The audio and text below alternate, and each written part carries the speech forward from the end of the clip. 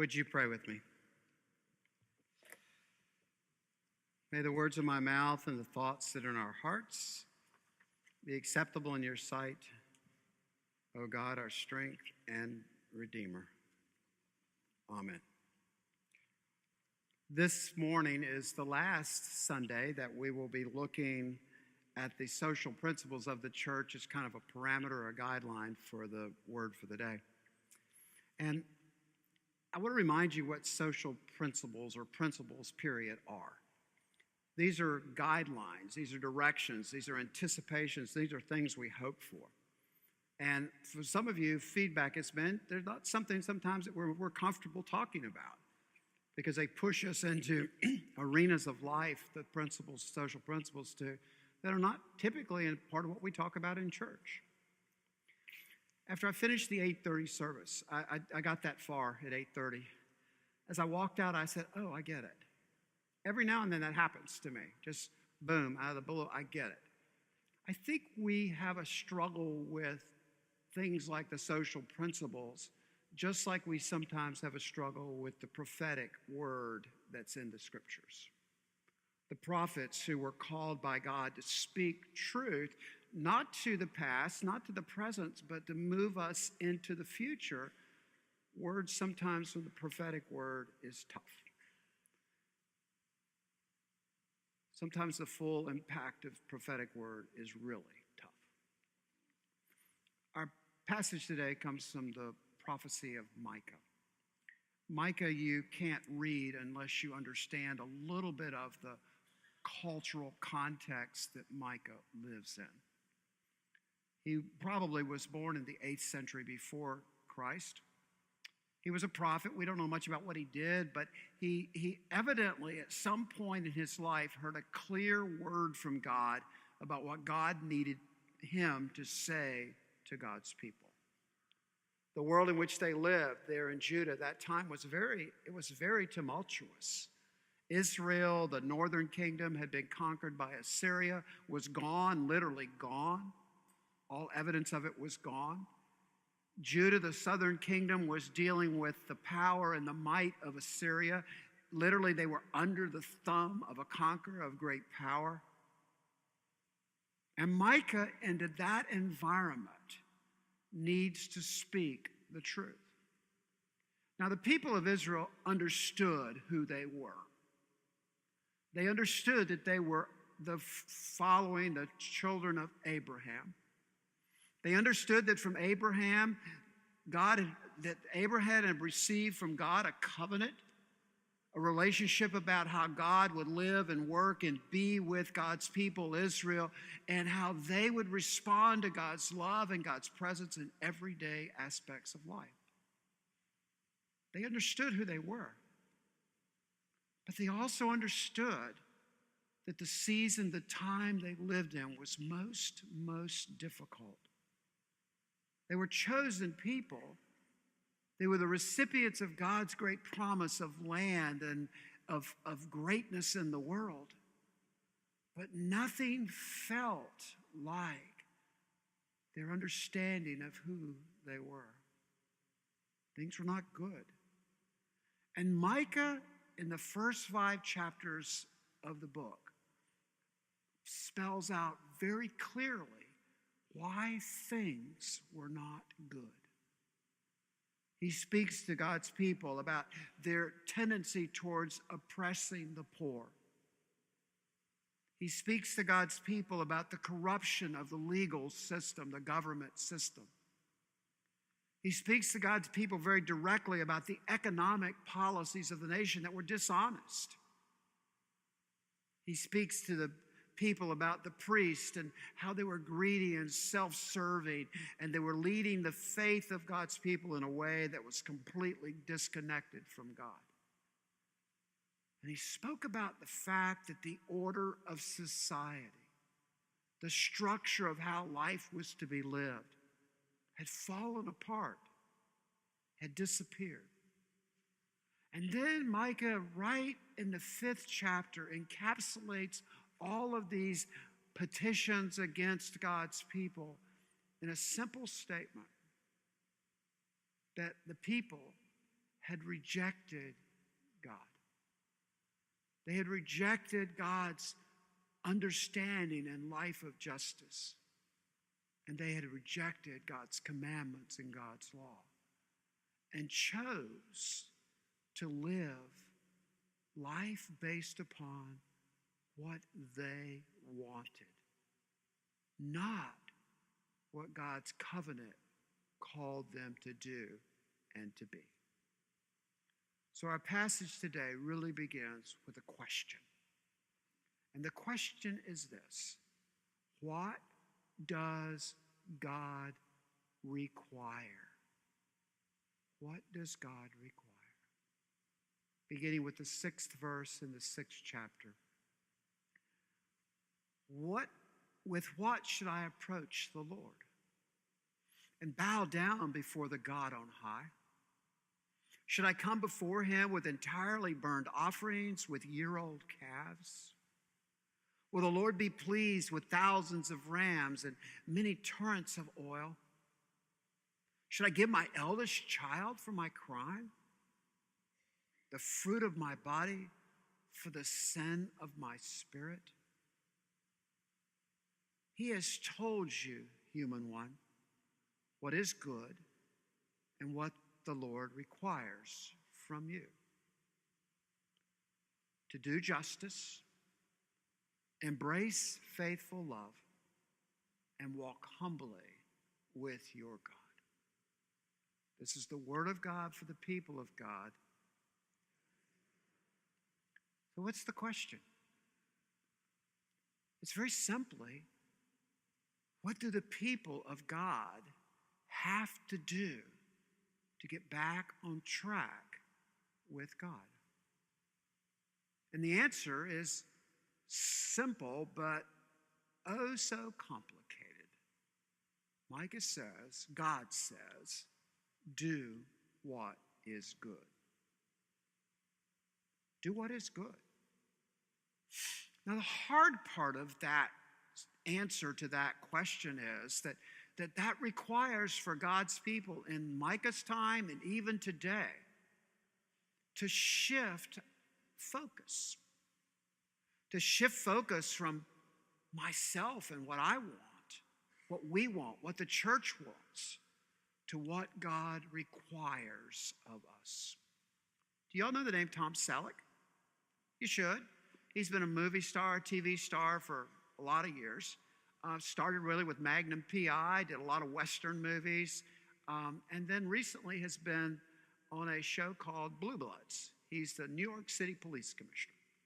Tom Selleck related recently about an incident in his life. He was walking on the street, and an older couple came up to him and asked him if he would take a picture for them.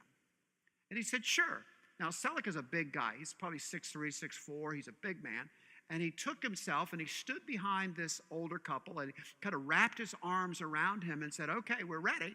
And they said, no, we want you to take a picture of us. Now, we get that in Orlando, don't we, a lot? No, we want you to take a picture of us.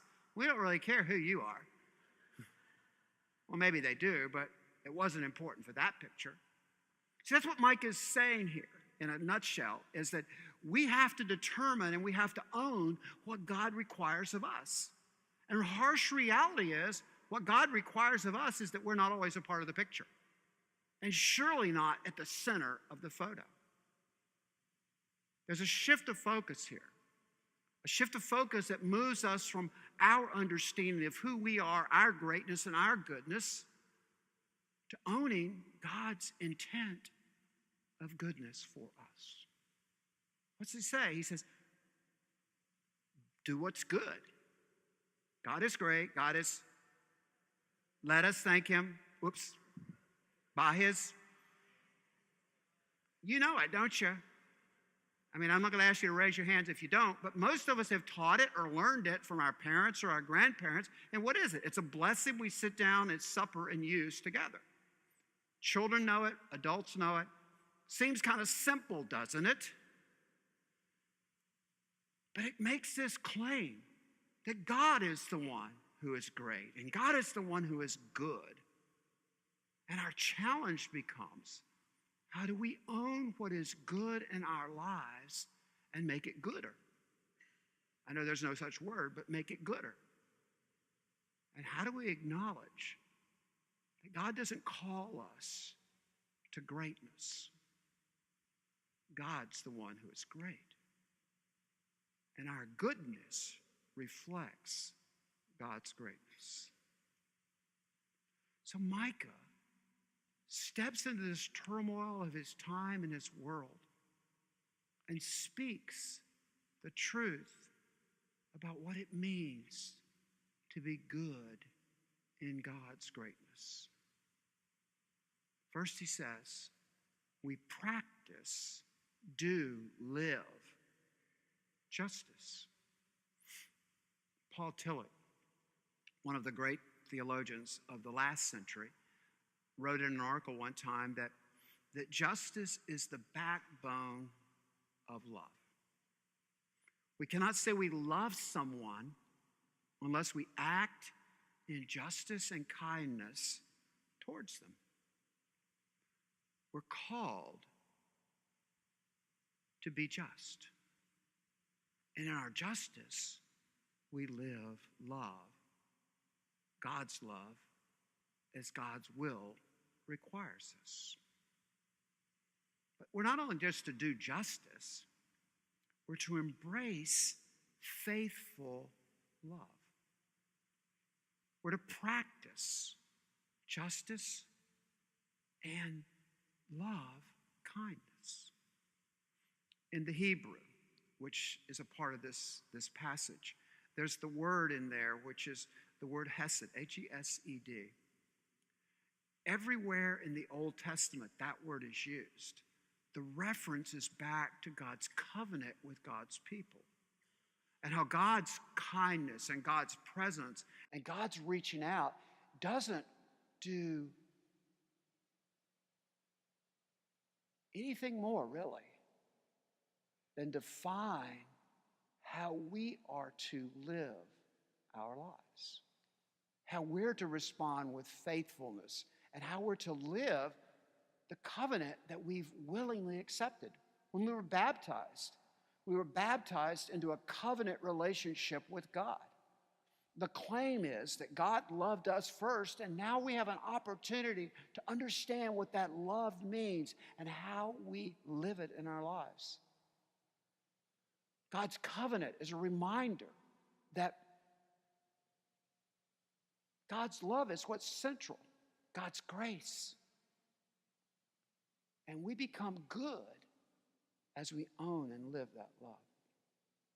But then there's that third piece that we're called not just to practice justice, to embrace faithful love, but we're also called to walk humbly with God. It strikes me, we walk into the church, we walk out of the church, but while we're here, we're what? Seated. This language is so different from that. There's this physical reminder that Micah wants us to understand that God's requirement, what God expects, is that we live and walk with Him on a daily basis, that we journey with Him. Our commitment is to walk through life with our eyes wide open, paying attention to what's around us. We're to focus not on ourselves, but on God's action and God's presence in the world. This passage, this verse 8 of the 6th chapter of Micah, many scholars say is really the New Testament message of love in a simple sentence. It encapsulates everything that Jesus taught and that the church learned to live. Here's a fact. You meet the most interesting people in barbecue joints. I can tell you that's true. And the more of a joint it is, and not a restaurant, the more interesting people you meet. I was in Georgia about 10 days ago. Drove up on a Monday morning, left here, rushed out of here. I had some work to do early, got in. Of course, it took me longer to do than what I intended to. Getting out of Orlando was a little bit slow on I-4. You know the deal. You know the drill. And so I'm going up the road, and I'm finally coming into Georgia, and it's about lunchtime. I have to be in my chair at 1:30 for this workshop I'm going to. I'm hungry. And so as I'm driving into St. Simon's, I pass this barbecue joint. Now, how do you tell it's a barbecue joint? There's no windows. It's all screen. There's a counter that you eat off of. And there's smoke pouring out of the back of the building. And it's not a fire. It's them cooking. And I saw it. I smelled it. And I said, that's where I'm getting my lunch. So I pulled in, and I went to the counter, and I announced myself to the young lady behind the counter. She was about maybe this tall, probably early, mid-20s, attractive young lady. I announced herself, I'm in a hurry. I got to be someplace in about 30 minutes. I'm starving. I want a pulled pork sandwich with the sweet sauce on the side and a big cup of ice water. And she yelled to the back, need a pig and bread pulled with a little bit of sweet sauce on the side and a water. And from the back you heard this, on the way. And I sat down at the bar. And she came up and she said, kind of hi. And then she wanted to talk. And she said, what do you do for a living? And I thought to myself, I'm wearing my name tag. It says lead pastor, First United Methodist Church of Orlando. I guess I could try to ask her, what do you think I do? But that ain't going to work. Maybe I shouldn't have worn the name tag in the joint. But I said, well, I'm a Methodist preacher. And she said to me, by the way, warning, when somebody asks you that question, beware, because you're probably about to have a conversation. I'm a Methodist preacher. She said, I used to go to that church.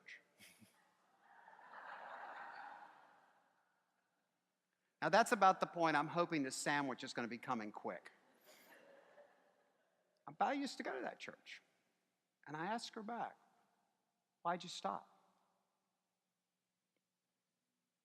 I just couldn't take it anymore, she said. Now that's when you really want to be quiet.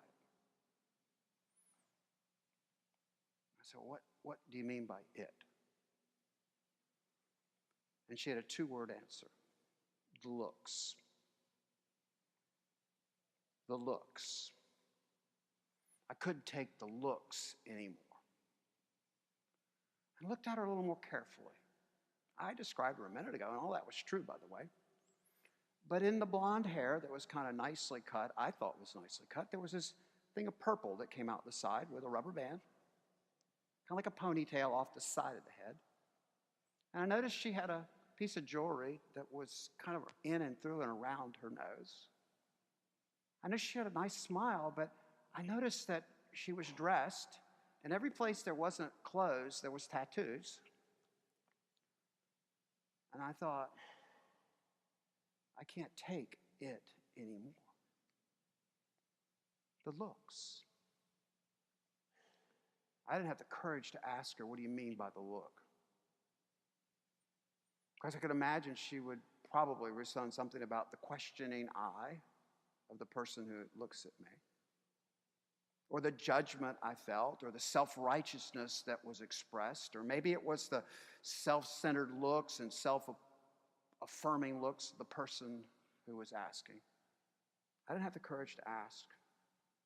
In fact, I was kind of glad when I heard from the back, piggy and bread ready for Tom. She went and got it, put it in a brown paper bag, extra napkins. Actually, they were paper towels, extra paper towels, water. Brought it up, laid it on the counter. I paid her for it. I gave her a nice tip. I felt better.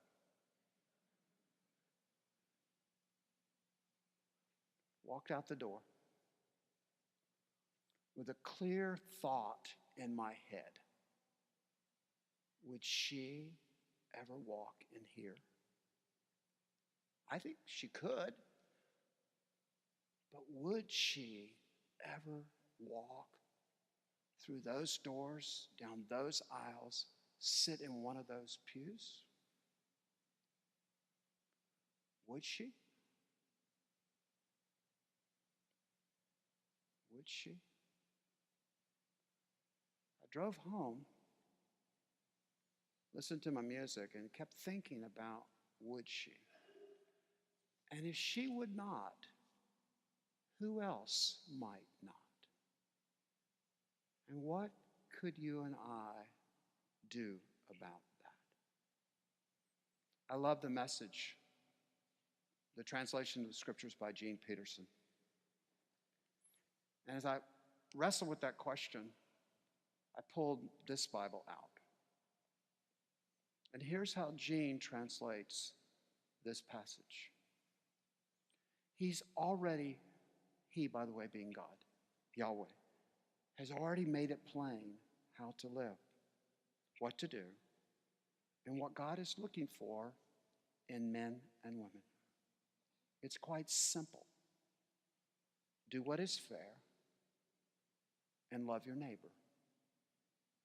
Be compassionate and loyal in your love.